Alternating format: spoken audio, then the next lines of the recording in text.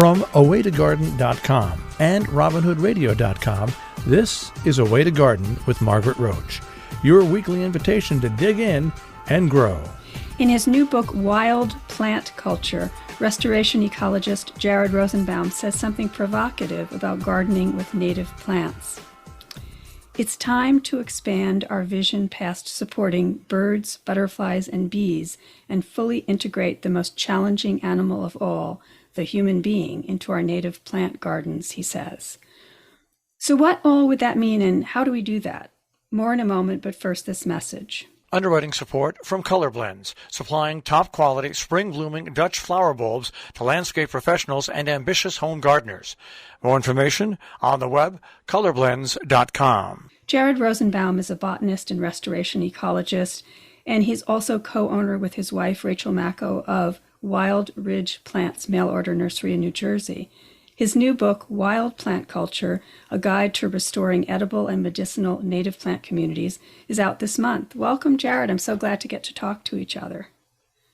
Hi, Margaret. Thanks so much for taking the time. Yes, and we'll have a book giveaway with the transcript of this show over on awaytogarden.com, which I've been reading and enjoying.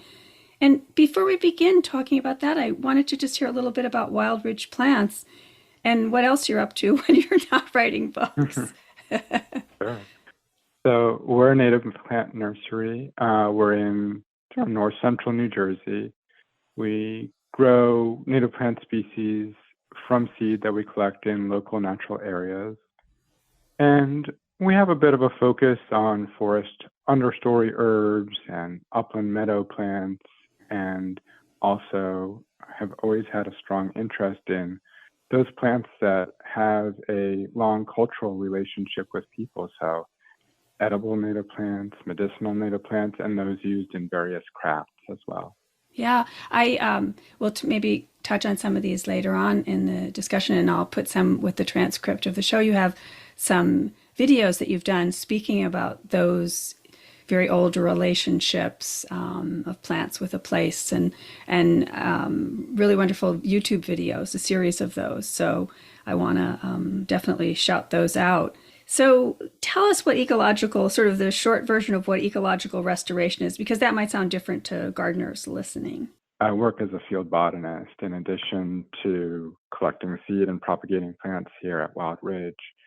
And the short version of my job is to, go out and make lists of plants that I see. So I'm often working in county parks, nature preserves, and I don't think that's really my job.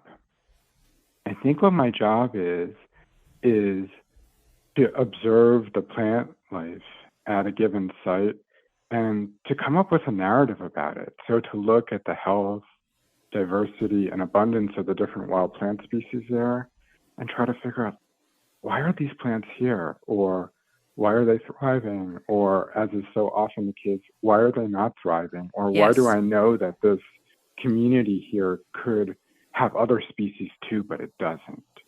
And piecing together that story from field clues, whether it's looking directly at the plant species there or sometimes just at their form, like, oh, why are all the oak trees here double-trunked? Putting together those stories is a really interesting process for me.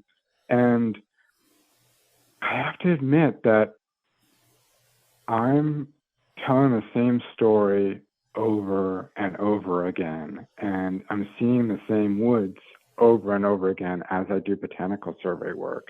Woods that I know, gosh, this place must have been so beautiful X amount of years ago. Mm-hmm. Or I can tell by the couple remnant, hepaticas here that are flowering, or the little browse black cohosh, that there could be so much other cool stuff here too. But I know that there are elements of that natural area, of that plant community, that are missing. And so for me, ecological restoration is thinking about the story of the place, thinking about how that story may have been sort of truncated or degraded in the past so that it's not at its full expression, and thinking about how we human beings can fit back into that story. So if there's plants missing from that community, what are the missing elements here? And sometimes they're disturbances, like wildfire. And sometimes they're missing animal species like large carnivores. But what I keep coming around to when I'm doing field work is that one of the most important missing elements of these plant communities is actually us, people. And so when I wrote the book, my idea was, how do we reintegrate ourselves into communities? And communities mean a bunch of different things. You know, we're always thinking about creating community. It sounds really good, but there's a lot of interdependency in communities. You know, there's a lot of I need you and you need me, and it's sort of inextricable in some ways. And when I think about plant communities on this continent, and I think about their story, I also think of a deeper story, which is the relationship for thousands of years that indigenous people had with these plant communities. And these were relationships that involved harvest, and they involved tending also. And I think we have a much different idea now of the kind of ecological relationship that indigenous people had with wild plant communities throughout the Americas. And one of the really cool things that's coming out of archaeology right now is the extent to which even those wild areas that we think of as like paragons of wildness, like the Amazon, are actually created by this relationship of human beings and their food plants and their medicine plants and their craft plants. Right. And that places, you know, maybe it's the California coast or maybe it's the Smokies. All these places actually had a very strong human presence, the way you might say that they had a strong presence of, you know, wolves or beaver or deer, that we're animals in this ecosystem. And we got into this idea that we really live in this almost separate parallel existence. Yeah. Look where that got us, Jared. Look where that got us. Yeah. So one of the things that reaches out to me and is like so fascinating and fun and also a deep connection is using these plants for food again. You know, these are amazing, delicious, highly nutritive foods that people relied on for thousands of years on this continent. And we can link ourselves in this sort of like deep emotional way of reliance on our native plant species if they can become our sustenance again. And one of the things about sort of the I hate to use a word like useful, because that's obviously not what I mean, because they're useful in such deeper ways, but the plants that we could utilize as foodstuffs or medicines or whatever, or as you say in crafting, you know, that, so for instance, in the spring, wild ramps is probably the most popular example besides some of the mushrooms and so forth. And, you know, and so where I am, rural New York State, Hudson Valley, you know, everybody goes into the woods and takes all the wild ramps, and, you know, and that worries me. And so, you know, you sort of are advocating a little more about, we could actually grow them if we understood how, right? And there's not necessarily, maybe there is for ramps, but for a lot of these native plants, there's not a manual, you know, they're not in the plant horticulture books that tell you how to grow this, you know.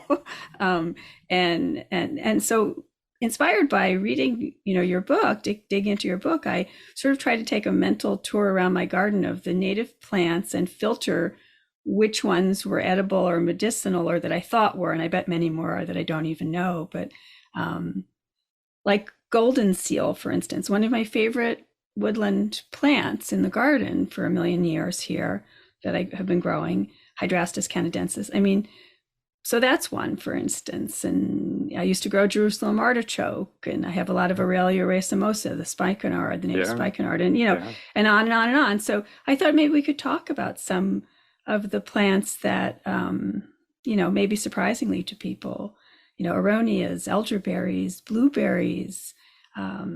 Yeah, you had a beautiful video on YouTube a while back about black cohosh, Actea racemosa, and I don't really know what is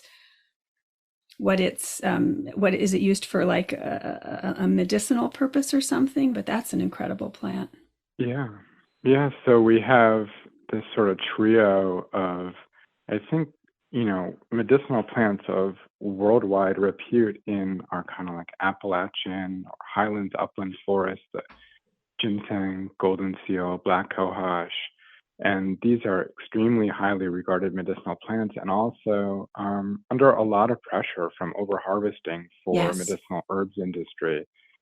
And the alternative to medicinal herbs industry is, people growing things themselves and being able to utilize plants from their garden for healing and for food and taking pressure off of these remaining wild populations by figuring out how can we grow this in, potentially our backyard or our garden. And here's the interesting thing about that, though, is all of us have different situations where we live. Where we live was a habitat at one point, and some people still have like a really nice woodlot in their backyard, and other people's backyard is asphalt. And so what we garden is really going to depend on where we are. And I think that this is one of the interesting things that the native plant movement is kind of injecting into gardening, which is as we think about how can we support the natural world with our gardens, like how can we support declining bird and pollinator populations, our gardens start to kind of ooch outward and get bigger, and they become almost like ecological restorations at the scale of the schoolyard or the lawn or the backyard. And I think we start asking ourselves a different question when we scale up in that way. So in our classic garden, we're creating on a fairly small scale, usually, conditions that are so nice and so posh and so ideal, and trying to create them for the plants that we're going to put in there. Whether they're tomatoes or it's a rock garden. Right. With scaling up to more like a restoration, even if it isn't our yard, we ask a different set of questions, which is, what are the conditions in my yard or my farm or, the woods behind the school or whatever it is, but what are the conditions on my site and what kind of plants are already really well suited to those? So, if we're taking a lawn and converting it to native plants, we're not necessarily thinking about your ginsengs and golden seals and black cohoshes, but we might be thinking about milkweeds and wild bergamot and wild strawberry and maybe some bayberry. And those plants are also medicinal and edible. So part of what the book is doing is, matching plants to places by talking about this idea of the plant community and talking about all the different plant habitats that we have in our area, and also matching people to plants. So what's going to fit in your site that you might not have to utterly transform your site to be able to host? Right. And for some people that will be ramps. We've actually had really good experience here just seeding in ramps in a variety of places that I never thought they would grow. And so here's a plant that, we largely see in nice older woods. So we're talking about Allium tricoccum or leeks, wild leeks or ramps. Yes. Here's a plant that we, largely see on kind of nice, fertile stream sides, floodplains, and so on in older woods. It's also a plant that has these little shiny black seeds that are like tiny marbles, and they don't fly in the wind, and they're not a berry that a bird is going to eat and deposit 10 miles away. Right. They're kind of dispersal limited other than maybe moving downstream.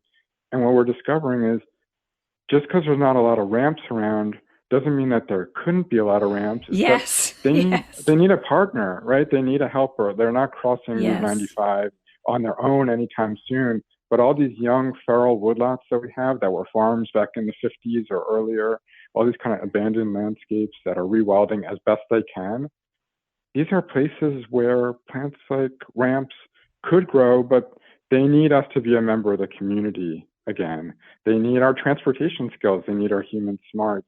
And part of saying, oh, we should eat ramps more is saying, instead of just digging them up and selling them at, like the Union Square market, for $1 million. How can we learn? How can we learn what these plants really need, and harvest some of those seeds every fall and bring them to another suitable habitat, and understand their habitat and understand them well enough to know what that is. So I think there's this whole process of discovery here. There's discovering this really delicious gourmet food, And then there's discovering the personality of somebody else in our community, in this case, a plant being in our community that needs our help. Right, right. Yeah, no, I mean, you're really on the ground, hands-on learning this, and part is from drawing inferences, as you say, about where you might see it growing naturally, and so forth, and the life history of the plant, how it grows and where it grows, and so forth. Some of the others, like you write about in the book, you include a passage on something I have a lot of, which is wild ginger, Asarum canadense, and does that have a, I mean, we have the word ginger in the common name, but it's not a true ginger as in the ginger root. So how does that fit in? So wild ginger is a little bit complicated. Wild ginger has a long history of use as an edible plant, but it also is part of a plant family that has some potentially toxic elements to it. And it's, one of these plants, sort of like sassafras, that people go back and forth on because there's some science saying one thing, and then there's just a lot of things that we don't know. So where I've landed on wild ginger, but I think that everybody should do their own research, is that the potentially toxic elements, or in this case, potentially carcinogenic elements, do not seem to be water-soluble plant chemicals. So I will use wild ginger in a tea, and it has the most amazing aroma. I mean, even if you go out and you have wild ginger in your garden and you just go and kind of scratch and break a root a little bit, well, the rhizome really, it's so spicy and it's so good. It's one of my favorite wild aromas out there. But right now I'm not chopping it into my stir fry. No. I get what you mean. Right. So sometimes, one of the things that people think about when they think about wild edibles is toxicity, or is this plant going to kill me or whatever. And I really like that, because I think that makes you a really good botanist. Because if you're looking at something, you're like, this could be a really bad decision. I better check my ID again. That's what gets people really looking at the leaves and smelling the foliage and touching the little fine hairs on the top and so on. But the other thing is, oftentimes toxicity is a matter of preparation or use. So if I hand you a raw potato, Margaret, I'm like, millions of people, billions of people all over the world eat these, and you chomp into it, you're going to look at me with pure hate in your eyes. Yes. Because raw potato is not French fries, but we know how to make French fries, and they're so good. And that's so often the case with these wild edibles too, is that they have a cultural tradition of preparation around them that makes them not only safe to eat, but also delicious. And we have to, in some cases, innovate or relearn those things about all these species. And that's also part of the excitement. Right. So two of the things I think about when you're talking about that are two that are, they're edible, quote unquote, but not at the wrong time and not in the wrong condition or whatever, like two fall fruits, that I have a lot of both in the garden. The aronias, which the word chokeberry, they call it choke, because boy, is that an astringent fruit. And even the elderberries, the timing is everything with the elderberries, right? Even as common as that is, and you see the birds going wild on it, but for us, it's a useful plant, but timing is everything. So again, you have to do your homework. You have to become intimately knowledgeable, study these creatures, not only to ID them, but to potentially engage with them in terms of using them in any way. Every year I'm tasting the chokeberries. I'm like, are you ready yet? Are you ready yet? I'm like, no, because it has that astringency. And it's the same thing with one of my favorite native fruits, really the plant that kind of brought me into all this in the first place, which is American persimmon. Oh. So, back when I was a city kid and had just moved to kind of moldy cottage and, on the side of a marsh, I was starting to get drawn into plants a little bit. And then I found these little, very small kind of sassafras-like trees on the edge of the meadow, and they had these orange fruits on them. What could this be? I mean, I had no idea. And I don't remember exactly how I figured it out, but we had a couple field guides kicking around, and I figured out that they were wild native persimmons. And I had, no idea that such a thing existed. Yes. And these are fruits that, when they look really good, like a beautiful, shiny kind of orange apple, do not eat them. They're hard and they're super astringent. They're going to pucker up your tongue in a horrible way. Yes. But when they're all gushy and kind of black and maybe they're lying on the snow after the first snowfall, they're like, they're nectar of the gods. They're just incredible. They're so sweet and, with such an exotic flavor. And that's another plant that I've talked to people who have been super deterred from because they tried it at the wrong time. But if you get it when it's really ripe, it's an incredible flavor. Yeah. Yeah. There's a few more I just want to ask you about in the last few minutes, just because, for instance, I as I said, I just have been enjoying not just the book, but also some of your YouTube videos. And again, I'll give the link to those. You did one about bee balm, which is a plant, the red bee balm, the red monarda. Yeah. And I didn't know, for instance, that it was, you say in New Jersey, where you are and where you do a lot of your field work, it's not a common plant, and yet it's such a common garden plant. It's often a beginner's, I call it a confidence booster, because it sort of spreads and grows and makes you think you're a great gardener, but it's not a common plant. So there's also some, and I don't know what types of medicinal herbal qualities it has or doesn't have, but that was an interesting one too. And groundnut, Apios, is just another really beautiful, wonderful plant that I don't think people grow. So I just wondered if maybe a couple of those, if you wanted to tell us about them, a little bit about them quickly. Yeah, the first thing I would do with bee balm is when it's in flower, pluck off some of those flowers and just eat them whole. And they have kind of a sugary nectar reward at the base of them because they're a hummingbird plant. Yeah.